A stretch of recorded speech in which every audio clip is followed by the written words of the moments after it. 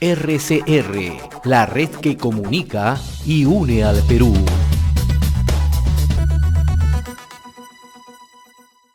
En esta oportunidad le agradecemos y saludamos al señor Jorge Chumpita. Él es candidato al Congreso de la República, o el número 19, por el partido Juntos por el Perú, que lidera Verónica Mendoza. Él es aspirante para Lima Metropolitana. Es economista, profesor y egresado de Derecho y Ciencias Políticas de la Universidad Nacional Mayor de San Marcos, ¿no? Asesor de Conugas. Qué gusto de saludarlo, señor Chumpitas. Gracias por atender la comunicación de RCR, Red de Comunicación Regional. Muy amable. ¿Cómo está? Muy buenos días a todos, a todas. Mi agradecimiento por darme este espacio para dialogar sobre las propuestas que llevo al Congreso dentro de Juntos por el Perú. Señor Chumpitas, ¿me escucha? Sí, le escucho bien. ¿Me escucha? No. Bien, vamos a tomar. ¿Me escucha, señor Chumpitas? Sí, correcto, sí, bien. Mejoró la comunicación, ya, gracias. Buenos días. Decía que le agradezco la gentileza de compartir esta comunicación. En primer lugar, estaba revisando su hoja de propuestas y usted tiene un punto central, un eje central, ¿no? Restablecer los derechos de los usuarios en los servicios públicos, ¿no? Tanto agua, gas y servicios educativos, ¿no? Me gustaría ingresar por el tema de agua, ¿no? Agua y saneamiento, que es uno de los grandes problemas, ¿no? Incluso Naciones Unidas ubica al Perú como uno de los países que tiene, ¿no?, un bajo índice justamente en atención en este servicio, ¿no? Usted por años ha venido trabajando, ¿no?, de manera tesonera en todo el sector norte de Lima. En el tema del agua, ¿qué es lo que se plantea? Para luego ingresar a los otros temas, por favor. Si bien el proyecto es para reconocer los derechos de los usuarios de los servicios públicos en general, en el tema del agua es un tema muy especial porque los proyectos de los esquemas, que son los proyectos de agua y mejoramiento de todo el sistema y la ampliación también del servicio a diferentes partes de Lima, hasta el día de hoy no se solucionan estos proyectos. Tienen incluso proyectos que duran para su gestión más de una década. Aquí en Lima Norte tenemos un esquema que tiene más de 10 años y todavía no se concluye, no se ejecuta. Eso es una exclusión, porque el agua que viene de la Tarjea y que circula por una matriz hacia Lima Norte solamente se quedó hasta el límite de Comas. Esa matriz debe seguirse construyendo hasta Torreblanca, en Caraballo. Sin embargo, todos esos pueblos tienen que dotarse de agua subterránea que viene del río Chillón y se dota de esa agua subterránea por 1 hora, 2 horas, pero no tienen un servicio y otras zonas no tienen el servicio de agua. Esa es una exclusión a un derecho fundamental, pero además sobre esa exclusión, para los que tienen agua por horas, porque en Comas, por ejemplo, en las partes altas tienen agua por horas, la tarifa es alta. ¿Saben por qué? Porque últimamente Sedapal, en todos estos años últimos, en todos sus planes de cobro del agua, ha ido eliminando progresivamente el subsidio cruzado. El subsidio cruzado es una rebaja del precio del agua que se daba a los sectores de estratos sociales bajos para que ellos puedan tener acceso al agua. Eso Sedapal lo ha ido anulando poco a poco y ahora último prácticamente ya desapareció. Para un gran sector de la población de estratos socioeconómicos bajos ha desaparecido ese subsidio que debiera seguir existiendo, porque para el supuesto que ellos dicen, Sedapal dice que a través de la eliminación de ese subsidio van a hacer caja para seguir haciendo inversiones en los proyectos de agua, y eso es totalmente falso, porque Sedapal tiene su propio presupuesto, el Ministerio de Vivienda dota de presupuesto, el Estado dota de presupuesto para estos grandes obras. Ahora, señor Chupitas, entonces, en el tema tarifario, ese es el tema tarifario, ¿no?, el tema de los cobros. En el tema de abastecimiento, ¿no?, ¿cómo solucionamos, cómo buscamos que el suministro sea mucho más efectivo? Usted ha puesto el ejemplo de varios distritos en la zona norte que son populosos, ¿no?, y que en realidad esto no es nuevo en Lima, ¿no? Hay zonas altas, zonas alejadas de la capital, donde incluso, ¿no?, comprar, ¿no?, un bidón de agua significa, ¿no?, afectar seriamente su presupuesto mensual o su presupuesto semanal o su presupuesto diario. ¿Qué medidas tendrían que adoptarse para el suministro si es que usted me explica que Sedapal ya no da las condiciones como para poder dotar a la capital? En los proyectos que existen ahorita, los esquemas que se llaman, los proyectos de ampliación, mejoramiento, esos proyectos se tienen que concluir.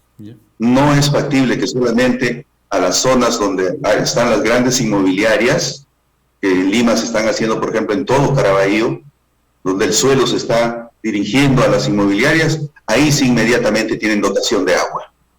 Ahí sí, esa es una preferencia, se excluye a un gran sector de la población. Entonces, si la matriz que viene de la Tarjea, es el tubo grande para dotar agua también a las partes altas, llega hasta Comas, se tiene que prolongar esa matriz hasta Torreblanca en Caraballo, para de ahí poder bombear el agua a las partes altas.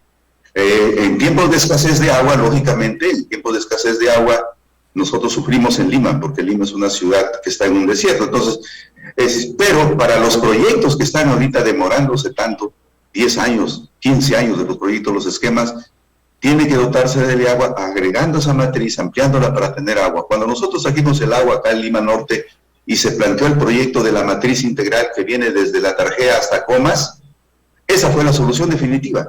Ahora se tiene que ampliar esa matriz para tener el agua. Entonces, ese proyecto se tiene que ejecutar para poder luego los proyectos de abastecimiento y mejoramiento hacerlos, ejecutarlos. Sedapal no tiene por qué estar dilatando estos proyectos. Aquí nomás en el kilómetro 11 tenemos un proyecto de Incahuasi de más de 28 asentamientos humanos que llevan más de una década pidiendo el agua. Entonces, esos proyectos tienen que ejecutarse. Para eso hay inversión, para eso se dispone de presupuestos. No sabemos por qué tanto tiempo. Después de 10 años, recién ya se viene a licitar la obra y se tiene que ejecutar la obra para el mejoramiento. La dotación de agua, ya todos sabemos cómo se tiene que dotar de agua a la Tarjea.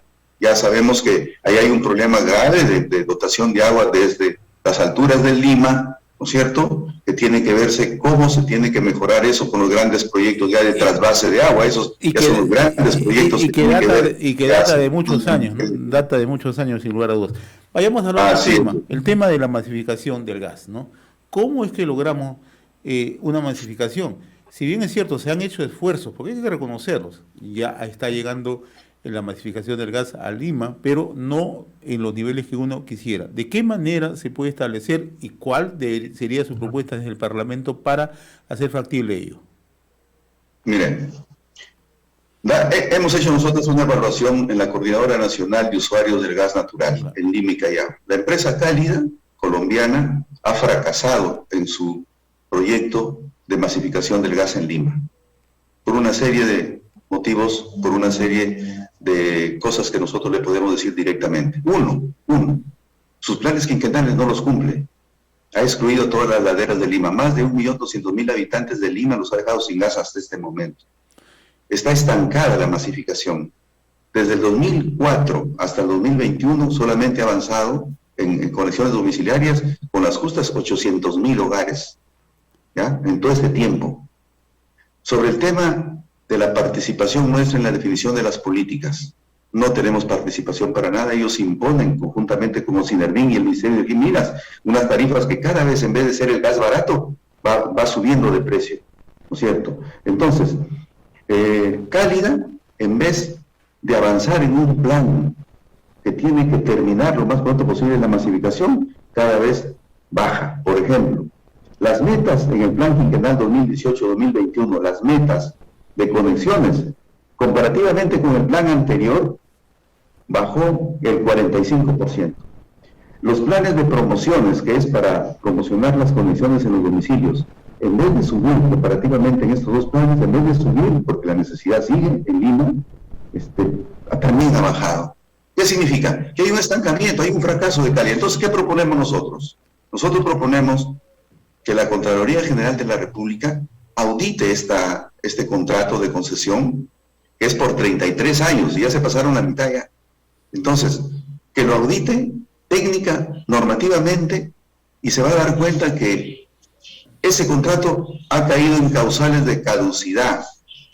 La misma Ocinermig en su momento informó al Ministerio de Energía y Minas que habían causales de caducidad de ese contrato, porque estafaron a 172.000 usuarios en Lima cobrándoles un costo elevadísimo de una conexión hacia la cocina, que en ese tiempo cobraron 1.990 soles, cuando no debieron hacerlo, pero Cálida lo hizo de manera ilegal. O sea, lo que ustedes están pidiendo es una resolución de esta concesión. Sí, exactamente. Y que asuma Petroperú, así como ha asumido ahorita Petroperú la masificación en Tacna, Moquegua y Arequipa. Ahorita le acaban de dar la masificación del gas, ¿por qué? Porque la empresa Fenosa, la española, que tenía la masificación, se fue del Perú, haciendo un acuerdo con el Estado peruano, ya se fue, y dejó la masificación de estos 3 departamentos a Petroperú. O sea, ahí sí Petroperú tiene que entrar, pero en el caso de Lima no entra, pese a que la empresa Cálida ha cometido esos abusos, irregularidades, incumplimientos, les ponen multas, o si no bien le ponen multas millonarias a Cálida, no los cumple, los judicializa, debe más de 25 millones en multas, no las paga. Entonces, ha caído en caducidad la empresa Cálida, abusiva en las tarifas, en plena pandemia, subió las tarifas, supuestamente con acuerdo de Ocinelín, los subió, los cobró, la gente tuvo que hacer largas colas en plena pandemia para que no les corten el gas. Entonces esta empresa realmente está haciendo cosas ilegales en nuestro país, no cumple los planes quinquenales. Y entonces, ¿qué vamos a hacer con una empresa que nos ha sometido a esta situación de exclusión? Ellos dicen que no pueden subir a las laderas, ellos no pueden subir a las partes altas, solamente a las partes bajas. ¿Por qué?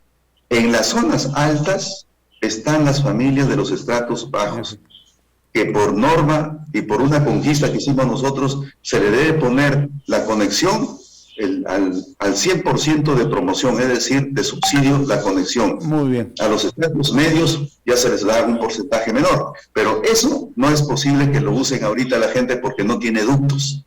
Entonces, nosotros planteamos que o Cálida se pone a trabajar de acuerdo a los intereses peruanos y al cumplimiento de su contrato, o tiene que irse del Perú, y que asuma una empresa peruana, en este caso Petroperú, que por ley también le corresponde asumir la masificación del gas, y que lo asuma, y que sean los peruanos los que tengan que administrar este recurso. Una pregunta final para una respuesta muy precisa, don Jorge Chumpitaz. Usted también está planteando una reactiva PYME con un desembolso de 15.000 millones para reactivar este sector. ¿Cómo funcionaría? Muy puntual, por favor.